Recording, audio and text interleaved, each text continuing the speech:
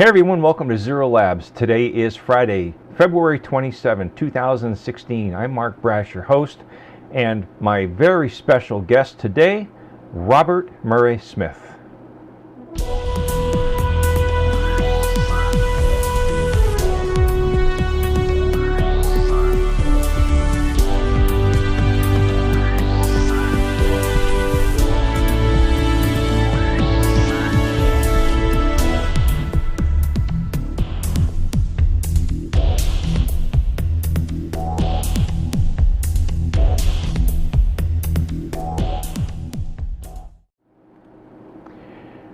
So Robert is waiting in the wings as I speak. For those of you who are not familiar with Robert Murray Smith and his work, Robert is a world-respected expert on graphene, the wonder material of the last few years.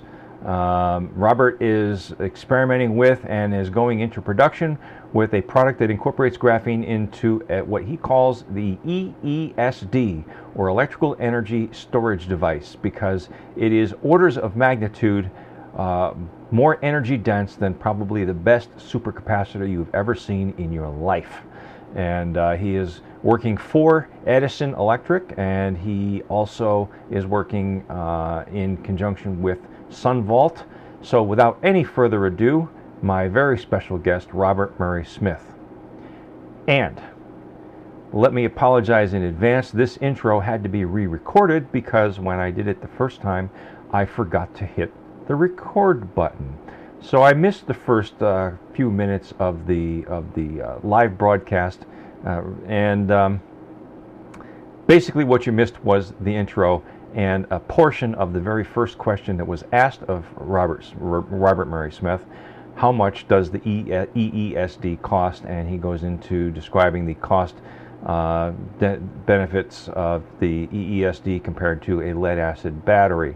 Also, let me apologize in advance. I did have audio issues. After replaying the video, I discovered that the echo that people were complaining about in the chat room was a result of my wireless microphone that you can see right here. Yeah. Picking up the speakers that are on my shelf over my head up there and going back out over the air. There was no echo in our context or in our chat back and forth with each other, but unfortunately the echo did get recorded for the live stream. That won't happen again. The next time I will wear headphones, I promise. So without any further ado, Robert Murray Smith. When the production processes ironed out, and we'll be producing these things in millions of units, so you're probably talking a few cents. I'd expect to drop lower than about $70 a kilowatt hour, something like that. $70 a kilowatt hour brings it into sort of lead acid kind of price range. One of the big reasons lead acid continues to live is because the price per kilowatt hour is so low. So in lots of circumstances, you don't want a really expensive power pack. You don't mind about weight, you don't mind about volume, but you do mind about price. So having a small, compact power pack that can come under lead acid is a real game changer. And that's certainly our target, to bring it under lead acid. It's certainly not there yet, but that's mostly because of the way we produce it at the moment. We're not producing it in millions of units. The whole aim of this has been to make it a simple, affordable process, which is why we've gone for something like using a print methodology, because it's so cheap to produce it that way. We can make tons and tons of these things for next to nothing. That's the whole point of it. Now, I obviously have a lot of competing interests, a lot of different things that I have to do, and that can end up to be a certain extent a time thief. There's things that I have to do in order to address the ESDs on one side of things that stops me working on the production line side of things. So that at the moment, the print machine is actually running, yet I've yet to actually print something because I've yet to finalize the ink regulations. So at the moment, I'm still dip coating them. If I can get the concentrated work that I need on it, probably only a week or two before we print them off. The problem isn't that, the problem's getting that time to concentrate on it. Right. Okay. So the printing process itself, are you actually printing the graphene onto your metallic plates, or are you printing the graphene onto a dielectric, or how does that work? Well, we could do it either way. One of the problems really is getting good contact. I mean, if we calendared them, that is, if we print directly on the plate and put them through 2 rows, it would be a calendared process. The physical process of pressing them closer to the metal plate will reduce the internal resistance of the device and make the device perform better. So there's a whole lot of things we can do to make the device perform better, but they have a cost associated with them and a production side associated with them. We made a deliberate decision to just print them, knowing full well that it will make the device worse than it should be. But then you've got a cost-benefit ratio. So we want the device to be as cheap as possible, but to perform with reasonable power density, not with the best power density. So the whole point is that way around. So we can put them on plates and calendar them slightly together. Equally, we can put them on either side of the dielectric, put together as a whole cell and put some clamp plate on either side to clamp the whole thing together. Either of those options is going to give you a slightly worse device than you could possibly do. But both of them allow for a cheapness of production that means you're going to get a well-performed device. I mean, the devices have been demonstrating on the channel have been deliberately made in inverted commas a poor way. And it should tell you something about the devices. We're not producing these to exact lab standard. We're producing these for demonstration in a way that they would be produced in a commercial way, so you can see what they actually do, not what they theoretically do. So a lot of the presentation stuff we're doing is actual power delivered at the point of use, rather than running it through something like in Princeton, where we would get a theoretical power density out of it. We've done the actual that you can see, because that's what you're buying at the end of the day. Right. The last videos, the last 2 videos that you produced, are basically the encapsulated how to go about experimenting with graphene cells. I thought they were great. They, you know, get your feet wet. In open technology. I mean, we live in a modern world. There are certain things, obviously, I can't tell people because I have to sign agreements, I have to get these produced, I have to work with people who want to make profit. All of that's very reasonable, but it puts restrictions on things. But even so, I still believe in open technology, and the baseline information is certainly there.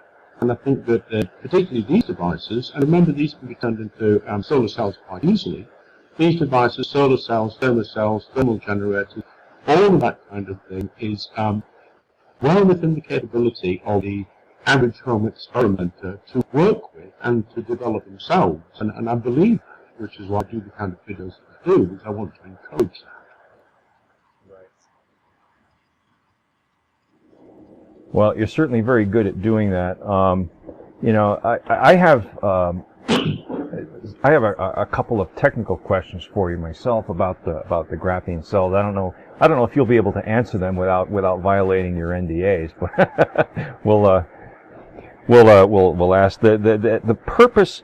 You know, in your last demonstration, you showed how you apply graphene, or not graphene, graphite to the plate of the metallic plates on both sides of a dielectric, a liquid dielectric soaked in a tissue, right? And you explained that the purpose of the graphite was to increase the surface area because the name of the game is surface area. About the last video that I did. I'm sorry? We're talking about the last video that I did, that I had to build a supercapacitor. Correct. Yeah, I did 2 there. One was a carbon material that was activated carbon. But the other was graphene. It was graphene oxide, actually. Oh, okay. All right. And the object of the game is, according to you, to increase the available surface area exposed to the dielectric material in between the 2 plates. I kind of wonder why you continue to use a fluid type of dielectric material between the graphene plates, as opposed to using a solid dielectric with the graphene, say, applied to both sides of the dielectric material instead, where some of the graphene actually commingles with the molecules at the surface of the dielectric material itself to increase the exposed surface area inside the dielectric material, and you make a better contact to the back side of the graphene just with the metallic plates because of the very good conducting nature of graphene itself. Mm-hmm. It's simple, really. It's just a friction issue. As much as you handle liquids. And when we make a gel, we have to apply a gel. In order to apply a gel, you need a machine to do it. Machines are capitally expensive. In order to apply a liquid electrolyte after the battery's been encased, you need a guy with watering can. So it's a really simple thing. But it does, these kind of decisions you have to make all the time. I mean, when you're researching something, you're doing really two things. One thing is to look at the perfect performance. What's the best you can make? How would you possibly do it to get the top-end performance out of it? And that's great, and it does tell you an awful lot. I do that alongside other people as well. But then there's another aspect to it, and that's the aspect of visibility. Getting out there, getting it made. And when you do that, you have to get the best performance you can, but bearing in mind what's going to be the cheapest way of actually producing it. And those kind of decisions change the way that you have to experiment, change what you're actually looking at and what you're doing. So the application of the liquid electrolyte it is really good. I mean, it's mobile ions, where gel electrolyte have a reduced mobility. So they have more mobility, and it does need to give you a reasonable product. Perhaps not the best, but that's not really the point of that side of things. If you want to look at getting the best supercapacitor, then a lot of the things that we're doing are probably not very good. And the reason they're not very good is, as you said, you're not getting particularly good contact between the conductive substrate and the active material that you're putting down. You need to improve the contact there. Like you say, perhaps you're not getting the best contact between the electrolyte and the active material surface either. Perhaps not. So you're making decisions all the way along the line when you do these things. And they're not simple problems, they're complex problems, because they're a complex system that interacts in a way that when you put it together, to be honest, you don't really know. So what you do is you put the thing together and stop it at various stages, and then you might do some XRD, or you might do a Raman, try and find out what reaction products you've got. You do that in a series of stages, a series of charge-discharge, so you can analyze what's happening.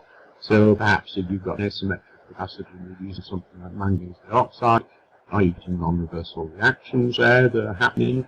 Can you reduce those non-reversible reactions by putting additives in, and so on and so on. It's a long process, and it's a complex process, and it's too complex to try and deal with everything. You have to take your stance and take your points at that elephant burger and look away at those, really. So, but as I say, my decision points really do with cost, production capability, accessibility, safety, and recyclability. And those are the kind of key issues that I'm dealing with. So, for instance, the materials that I use are absolutely recyclable, that they have no harmful effects on the environment whatsoever. Now, that of course is intensely limiting, because it means I can't use some of the higher order solvents that are being used, things like ethylene dicarbonate, that kind of thing. I can't use those kind of volatile solvents because they go against a couple of the USPs that have actually targeted to be important in the device that we're creating. So you make those decisions for one reason or another. It limits you to a degree, and you work within those limitations. It doesn't mean that if you remove those constraints, you remove limitations, you merely replace them with a whole other set of limitations that you then find yourself working with. So say, for instance, we want to use something quite toxic. Then that can be very frightening to a lot of people. They will make a device that perhaps would perform better, but would be relatively useless in that you couldn't sell it, you couldn't use it, you couldn't ship it, those kind of things. So you get a whole set of different limitations depending on the choices that you make. It's really just choices I've made, and how those choices introduce limitations that I have to work within. Okay. All right, I guess that sort of actually addresses a couple of the other questions that I had. You know, I was more or less looking at experimenting with a solid dielectric and applying the graphene to it and allowing the solvent of in the graphene, or the solvent of the graphene to react with the surface of the dielectric material. And with a solid dielectric, I would think that I could get a higher breakdown voltage than you get with some of the liquid dielectrics that you've been using.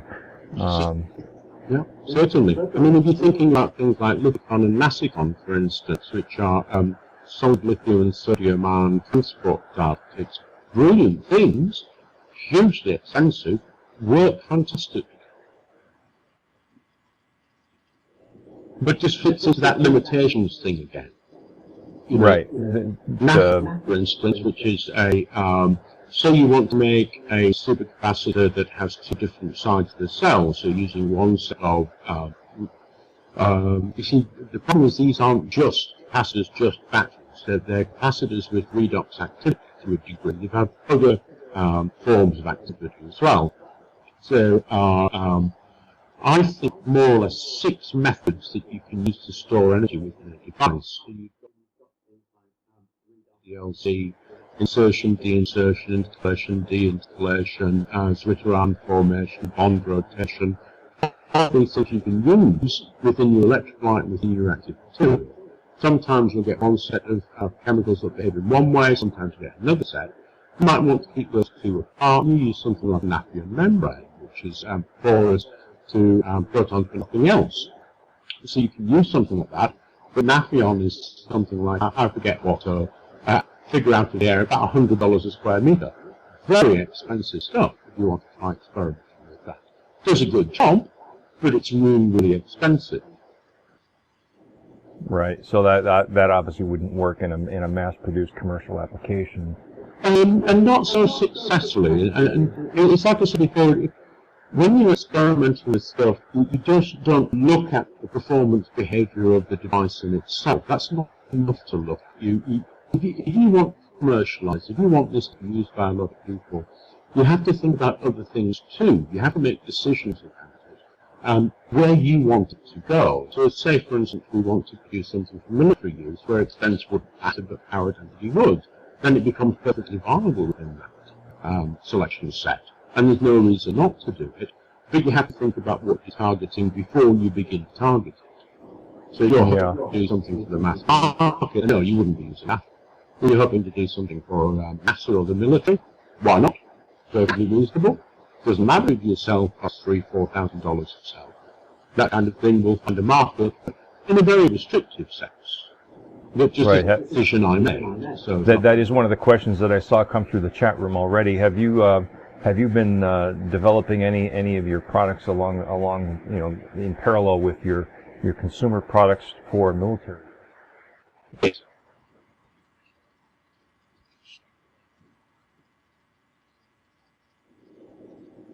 I'm sorry, I didn't catch.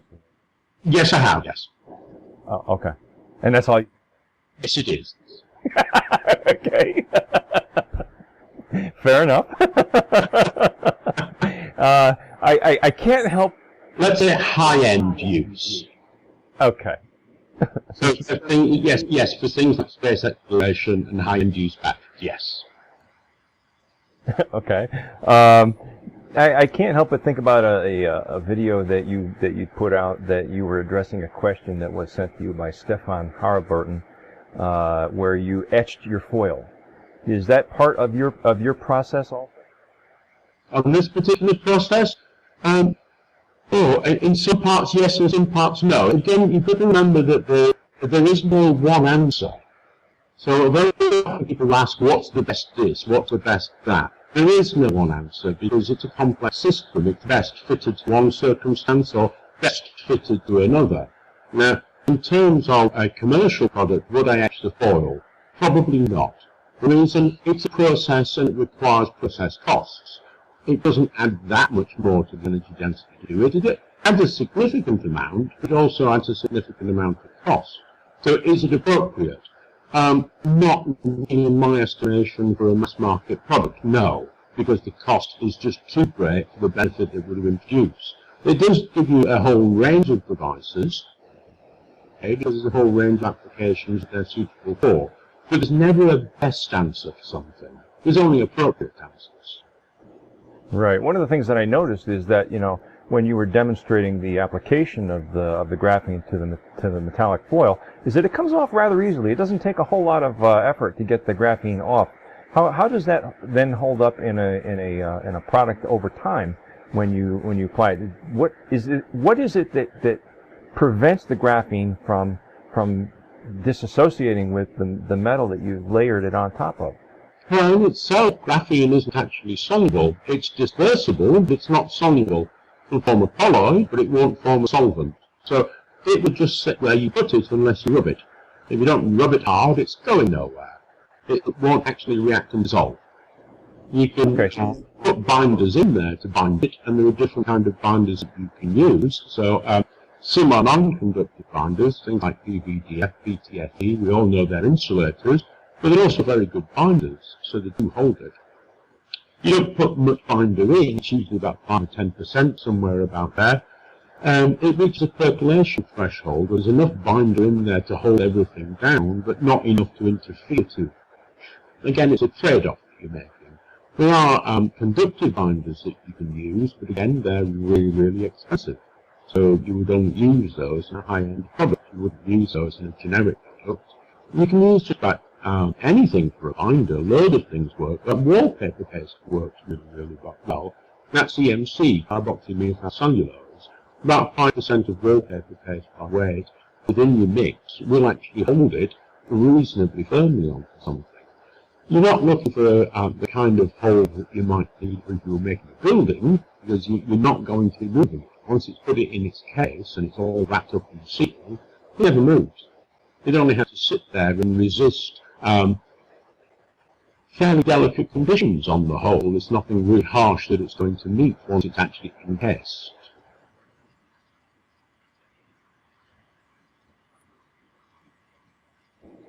Oops. Okay, let me turn my mic on. I'm trying to toggle my mic on and off because I was getting a lot of complaints in the chat room that there's an echo, and I haven't really isolated where the echo is coming from. I don't know if it's on my end or on your end. They say you should wear a headset. I tell them that you don't like wearing headsets or lapel microphones. I'm actually using a pretty expensive microphone. It's a Zoom H2N. Oh, so wow. It's actually really quite a good microphone, so it should have reasonable pickup. So I'm not using the computer microphone or a cheap microphone. I'm using quite a good one because of the show. I didn't want kind of reverb and echo from it. So I don't know myself. I've set it on the XY position, so it's picking up predominantly from me. Right, okay. Do you have maybe your speakers turned up on your end so that you're getting like an echo from your own speakers? I don't hear it on my end. It sounds perfect on my end. I might be, because obviously I have to have the speakers on so that I can hear. Okay. So all right. That might be the problem. For the experimenters out there, you've presented a number of different ways to make graphene. There's a whole bunch of different ways to get from point A to point B. In the end, what you end up with is a colloid in a solvent that you use to deposit on your plates, so that you can layer them on your plates very easily. But one of the questions that I had was, if you're taking something like a 325 mesh graphite and you're sonicating it directly to a state of graphene in a co-solvent like acetone water, or like the other co-solvent that you mentioned that I can't seem to find locally here in the United States, is there any benefit to intercalating the graphene first and exfoliating it and then sonicating it? Or is it just a matter of time that it takes to get from point A to point B if you sonicate it directly? Well, if you intercalate it, you can force graphene platelets further apart. When you intercalate graphite and you have a graphene layer, intercalate graphene, that's called a stage 1 intercalation. When you have graphene, interconnect, graphene, graphene, interconnect, graphene, graphene. So you've got 2, that's a stage 2. If you have 5 layers, it's a stage 5. So if you interconnect anywhere between a stage 1 and a stage 5, and then sonicate, because it's shoved everything that much further apart, you're going to need less sonication energy to actually split it apart. So you can control the number of layers to a degree by the degree of intercalation that you put into something like that. So there can be benefits from doing it, and there's several successful methods for doing exactly that. But it does lead you to a problem of doing the intercalation first. And that can be quite difficult, and for a number of people quite scary, because intercalation requires some relatively difficult chemical processes that the beginner, the person who's new to it, has no experience of. And although I don't do much on health and safety, I have a kind of belief of learning by doing. You still acquire experience by doing, and if you have no experience whatsoever, it's probably not a good idea you're handling concentrated acids in a heated bath. That's probably contraindicated. It's probably not a good thing. So if somebody's new to this, then they really shouldn't be trying to intercalate first. But they still want a product, and they still want to play with graphene, so sonicate it longer. It just split up the platelets, break them up, and make them smaller than the original size that they were, but they'll still get something out of it that they can play with. Somebody who's got an awful lot more experience should, yes, definitely do intercalation first and then sonication. It's to do with the degree of experience a particular viewer has got. And if you don't have any experience at all with some of these processes, your best bet is to develop some experience, learn how to handle these materials, and then move on to do those kind of things. Because a lot of people want to get in there and give it a go, so I provide that solution as well, that you can just get in there and give it a go. The other thing to bear in mind is, remember I said that there's no such thing as the best energy storage device. Equally, there's no such thing as the best method for producing graphene. There are a lot of different methods for producing it, and all have their own little quirks. So flat plates of graphene aren't actually very good for a supercapacitor. What you want is wrinkled up plates of graphene. Because when those wrinkled up plates are laid down again, they lay down wrinkled up and give little holes and little channels that the electrolyte can get into. So perfectly flat, lovely plates of graphene are actually next to useless for supercapacitor application. Fantastic for things like transparent conductive screens and transistors, that sort of stuff. Brilliant. Rubbish for things like supercapacitors and batteries. So different graphene methods of production are important, really, depending on what you actually want to do with it in the day. So there is no best method, really. The real answer is to give a few a go, have a practice with it, learn, experiment, and see what works in the application that you want to use it in.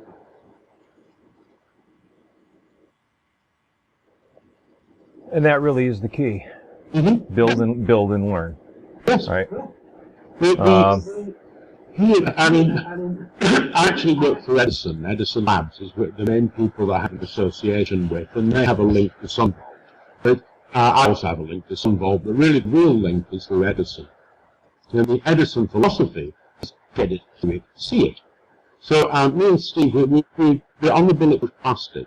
We were looking at the thermoplastic side of it, how to make it good when we put it in an injection molding machine. And we were chatting about it, and Steve was saying, look, what about this? Let me turn to the research papers, we'll have a look. And we spent about half a day looking at this. I looked over and said, Steve, why don't we just go and do it? And in 5 minutes, we had solved the problem. Because we, in our modern way of approaching things, want to study everything to death. But very often, if you ask yourself that question, 5 minutes in the lab will answer it, whereas 3 years in the line you want. And this is very often what I tell people. Get up and do it, and you can so often answer your own questions for yourself in about 5 minutes flat. Whereas you can have a conversation and an email exchange can last weeks and still not answer the question. 5 minutes in the labs will answer it for you. So I'm a very practical-oriented chemist, and Edison believes in that, get up and do it. And so do I. Okay. Speaking of Edison, how's the kit car coming along? It's coming along. Unfortunately, we've hit a little bit of a blind with that, in that there's a disagreement with the builders, so it's sitting there while we resolve that disagreement.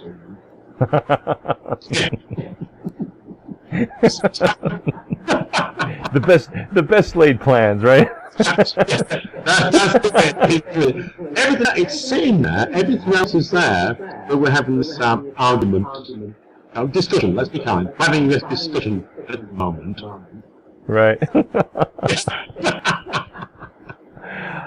All right, well listen, aside from the complaints that I've been getting from the chat room that there's been a lot of echo, and guys, I'm really sorry, I don't understand why.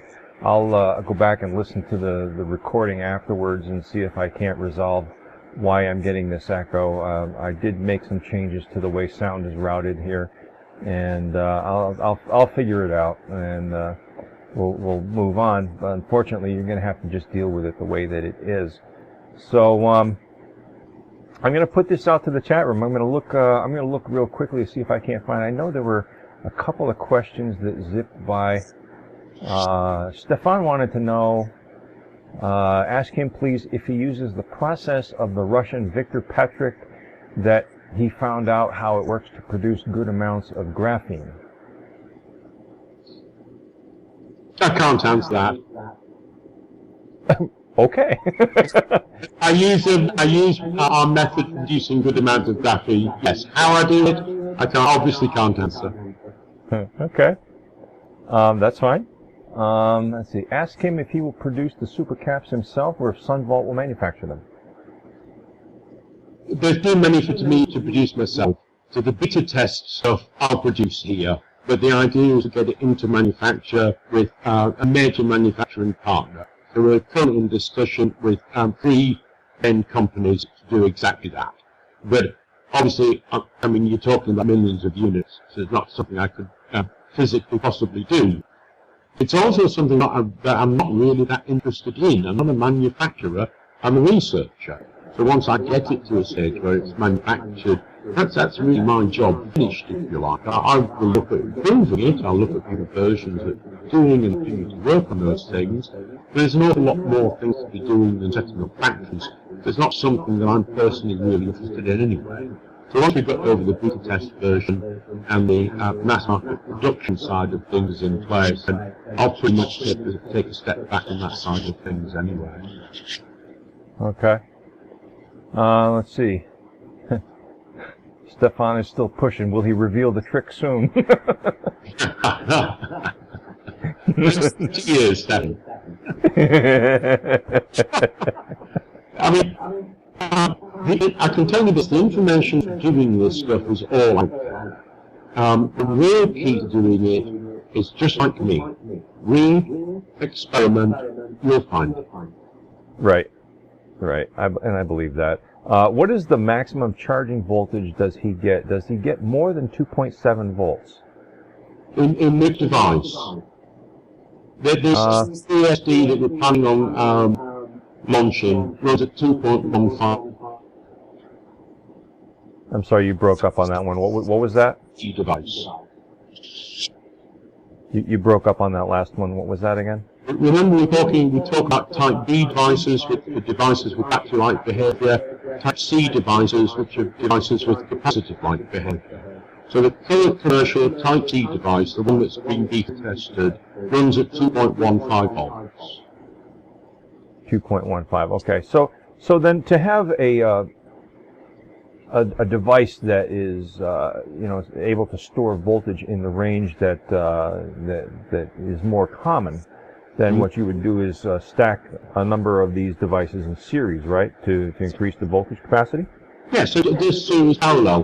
The thing, obviously, is that it's a half CV squared, so you can up the voltage, you can up the density by the square of the voltage, or the voltage difference, so you can get that much more if your cell is running at 2.75. But there's also another way, you can just increase the area. And because our cells perform so well, we have an enormous amount of slack in that area, so we can store in the same area a greater number of coulombs and a greater number of joules, which is going to be the power you can get out of it, at the same area than competing devices. So if we take our 1 centimetre device that I went through with you on the supercapacitor follow-up, it basically stores 2 joules, 1 square centimetre, 1 layer. The competing device, which runs at 2.7 volts, is actually 1 centimetre squared times 12 layers, 12 centimetres squared, and that stores 1.84 joules. So a direct power-to-power comparison stores 24 joules in the same package is previously been storing 1.84 joules, even though that's at 2.7 volts and ours is at 2.15 volts. So I actually ran that experiment actually at 1 volt to show you that 1.84 joules was exceeded by our device. So we're looking really at the energy that's stored as opposed to the voltage it gives out, because the voltage it runs at is in electronic terms relatively consequential. As you say, you can stack them in series or parallel to make the voltages match as much as you want, really. What you're really interested in is how much power in joules it's got on there, what it can deliver. Okay. How big will the 1 million farad cap be? And if I'm not mistaken, it's the one that you showed is about the size of a ream of paper. It'd be about a quarter that size. That ream of paper was actually about 6 million farads. 6 million farad? Yes. So it'd be about 1/6 the thickness of that. So about that thick. Yeah. So it'll be about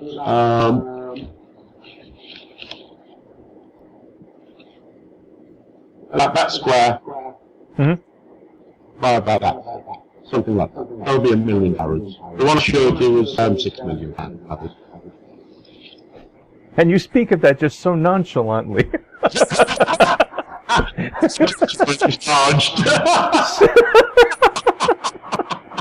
I want to see you put a wrench across that. I did in fact weld 2 steel bars accidentally together. Whoops. That wasn't it. I don't read my YouTube mystique by showing the mistakes I make. Have you ever considered producing a blooper reel? I should do, hey? Because one of the problems, obviously, particularly with the 2 guys I showed you how to make, it looks so easy. I mean, it is easy, but it looks so easy. And like I say, I've made thousands of these things. You know, my bin gets full of scraps of these things. So many of them.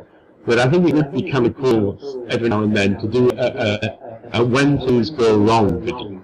Because they go wrong far often than people know. Let's see. May you please ask Robert what his Type B EESD's specific power and energy densities are? Specific power and energy densities? Yeah. So per kilogram and per loop? Without referring to sheet, I don't. Okay. Let's see. Just a comment. I have an idea about embedded capacitors in a flywheel, so I watch Robert's research closely because I believe in what he is doing, and I think this technology together would be brilliant. Okay. I'm not sure where he's going with that. No, I think I know what he means, actually. He's looking at a variable capacitor as an electron pump. So if you use a variable capacitor where you have basically 2 discs rotating and you have a metal foil on one disc, take up half the disc, a metal foil covering the other half disc, then the capacitance will vary as the 2 discs pass over each other, reading the full capacitance of that device when the 2 discs completely overlap. Well, that can be used as an electron pump. And it's kind of a cool device. I mean, obviously it requires energy input because you have to spin the discs. But when you do that, then you will actually get a device that outputs. Now, the use of that, if you have 2 of those that you don't spin, so you just have them free sliding over each other, and you put them in shoes, that your movement will make them slide over each other and actually pump electricity. So you could put them into your shoes or your clothes to use them as a kinetic energy recovery device. So it's actually a good idea. Okay. All right. We have a comment. I think hydrogen cells will surpass the use of supercaps, making all of this research second best. Oh God! What a buzzkill. Confuse things a little bit. Because supercaps, remember, aren't energy generation devices, whereas hydrogen cells are. Now, there'll always be a need for storing energy, which is what supercaps do. They store energy. At least because the demand for energy use is offset against the energy that's generated. So a fuel cell, hydrogen cell, will generate energy constantly, but you don't use it constantly. So if you're not using it, the energy it generates as it burns away is just going to be lost. So you store it. Then when you need it, you don't draw it directly from the fuel cell, you draw it from your storage. So that kind of load leveling is actually where supercapacitors have their greatest use. Right, so they could work together. Anything that doesn't need load leveling in terms of energy generation, so solar cells, wind cells, hydrogen cells, all need load leveling. So fuel cells, hydrogen cells are not going to render it moot as an area of research. Actually, we're just going to thrust it more forward into prominence because it's still going to be needed. Remember, EESDs don't generate, they store. Right. Right.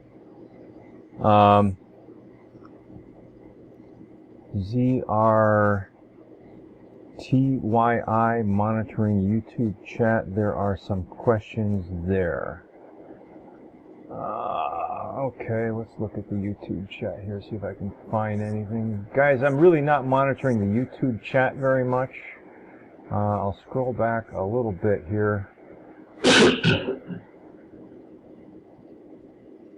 Can Robert discuss how the battery works with the hydrogen system in the Edison car? No. There you go. Robert has written several books on graphene. There are people who worry about some strange things. When the box first came out, it had a really poor range. Because GM actually did a study on what the average range of the driver was. Turns out it's 38 miles. Most of us drive no more than 38 miles a day. In which case, having a huge range is not really a problem. But people suffer from range anxiety, and they suffer this because they're used to a certain way of behaving.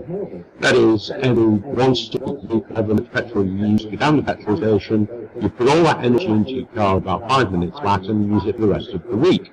And that's how we're used to using it. You don't have to think about it. And we think that electric cars have to have the same kind of qualities. Actually, they don't. Most of us use our car to drive to the shops. It sits outside our house, we drive to work, it sits outside the work, it does on average 38 miles a day. If your power pack can run that 38 miles a day, most of the time, 90% of the time, it's going to be fine. There's a few people, there are a few times when you do more than that, and we seem to think that we have to be able to do more than that. So we have this idea in our heads that we have to be able to do somewhere about 400 kilometers before a recharge. We don't, there are just sometimes that we need to do. And that introduces an idea we call range anxiety. Everybody thinks, oh my God, we've got to do this! And so we have this that we have to overcome. So the fuel cell really will probably never get run, or run only 5 or 10% of the time, because it really ameliorates range anxiety as opposed to being useful in itself. The main operating system of the car will actually be the storage devices. Every now and then you might have to turn it over to the fuel cell because of your range anxiety, but most of the time it'll just never get used. Right, right. Yeah, and we call them the load fairies. But those people who think that your device has to be super, super small and have a huge amount of energy density, they're called load fairies because they don't. Because you have to think about the appropriateness. When somebody who's running a wind farm, for instance, on 80 acres of ground, they don't really care. If they set aside a building for lead acid, they're really interested in how much it costs, not how big the device is. So having a load fairy tell you it's got to be like that is not really appropriate if that costs too much. So these things really require a balanced view about what it is you're actually doing.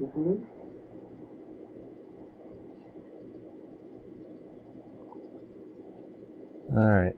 Let's see. How safe will the battery be if it's punctured in an accident of the supercapacitor? Oh, it's made out of water, so you can drill it if you like, you can do anything, it doesn't do anything. If you put it on overcharge at the moment, that's one of the things I'm working at the moment, actually, is temperature profiling the battery. It just goes dry. I did this in one video. If you overcharge it, it dries. To bring it back, you pour some water on. If you over-discharge it, pretty much the same thing happens. It's difficult to describe because nothing really happens. So there's no danger of a fire or explosion if the battery short circuits? So? There's no danger of a fire or explosion if the battery short circuits when it's been punctured? Yeah, but not in the battery, in the cable that you're short circuiting with. That'll burn. So right. if you attach a cable to a positive and negative, the PVC will burn off. The battery will happen. If you stab it, it'll leak, but it'll leak water. And if you harmless salts, nothing will happen. Okay. It's a bit boring, you know. Well, you know, when you consider, you know, how everybody got in an uproar when a Tesla Model S got into an accident and caught fire, and then you compare that against the statistics for gasoline-powered automobiles that catch fire on the side of the highway, but everybody seems to forget about all those that you drive, right? And this, I find this hilarious because obviously, you know, I'll do something, and I've been working with I don't know, salt water or sugar water, and I get people telling me to wear glasses and gloves, and I think that every day they get on a high-powered explosive, rush around at a stupid speed. Some people while they're doing it, they periodically set it alight, and they think it's fine. They're just seeing it, you know. But they have this enormous flammable liquid coming out of the hose that they just stick into the pipe and have a look at. It's strange sometimes. Ask Robert if graphene has the anxiety. But it's to do with the electrolyte that's being used. These are organic electrolytes, and they're high density to each other, very close proximity to reactive components. So this is another reason we've chosen to go with an aqueous system. It's 100% safe. There's just nothing that will happen to it. It will put itself out. Whereas if you use something like an organic electrolyte, yes, it's going to burn.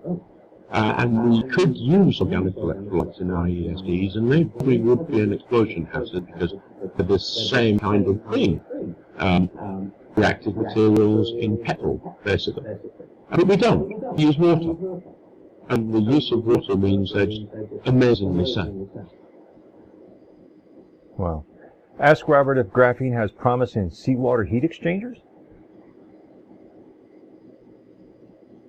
That was my expression too. It is something about the experiments that have been run off of Chennai at the moment, and yes, it does. Okay. They're using temperature differences between the top layer and the bottom layer of the water to run desalination plants, and they use that in the Peltier devices at the moment to generate the electricity needed to desalinate. There's a big experiment running off the coast of Chennai at the moment with that. Because graphene has potential there, yes. Okay. Someone in my chat room was kind enough to transcribe a question from the YouTube chat. How much will these caps cost when it gets to... Well, we've already answered that question. I think we know that. Yeah. So you said the end cost will be similar to lead acid in the end. But of course we're not there yet. Fire with lithium-ion batteries is a hot topic right now. Does he have any idea how the Orbo electrolytes work and what layers they might use? Just the carnauba wax?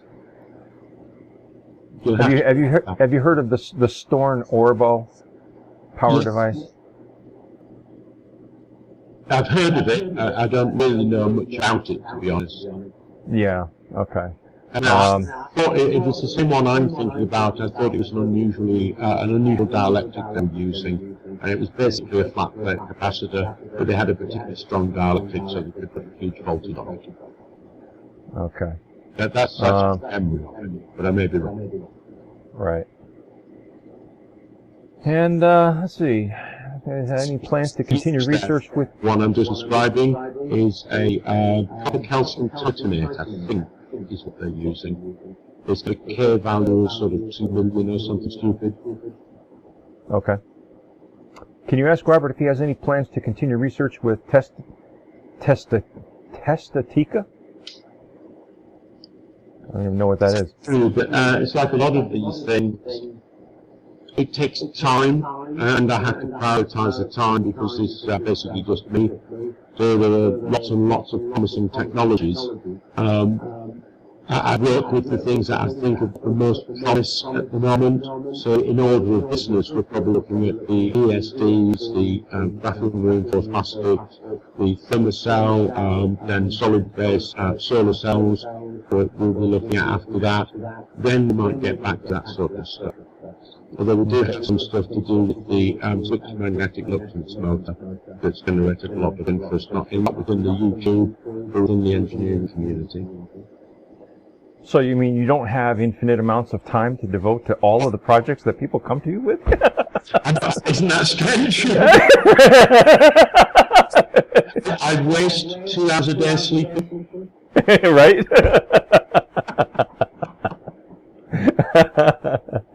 All right. Well, listen, sir. You've been very gracious being my guest on the Zero Fossil Fuel Show. Do you have any closing comments that you'd like to make before I let you go and enjoy the rest of your evening? I'm just doing some discharge tests. I'm just about to go back down and carry on with them. It's a pleasure. Thank you very much for having me, and I hope I've answered some of the questions people have had. All right. And that's it. I've cut Robert Murray Smith loose for the evening. Robert, I really want to thank you for being my guest tonight. I will go back and look at the recordings.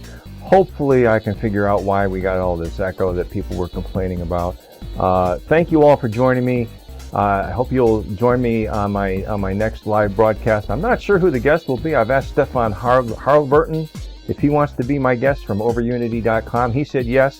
I'll see if I can work out a date to get him in here and have some more fun with these live broadcasts.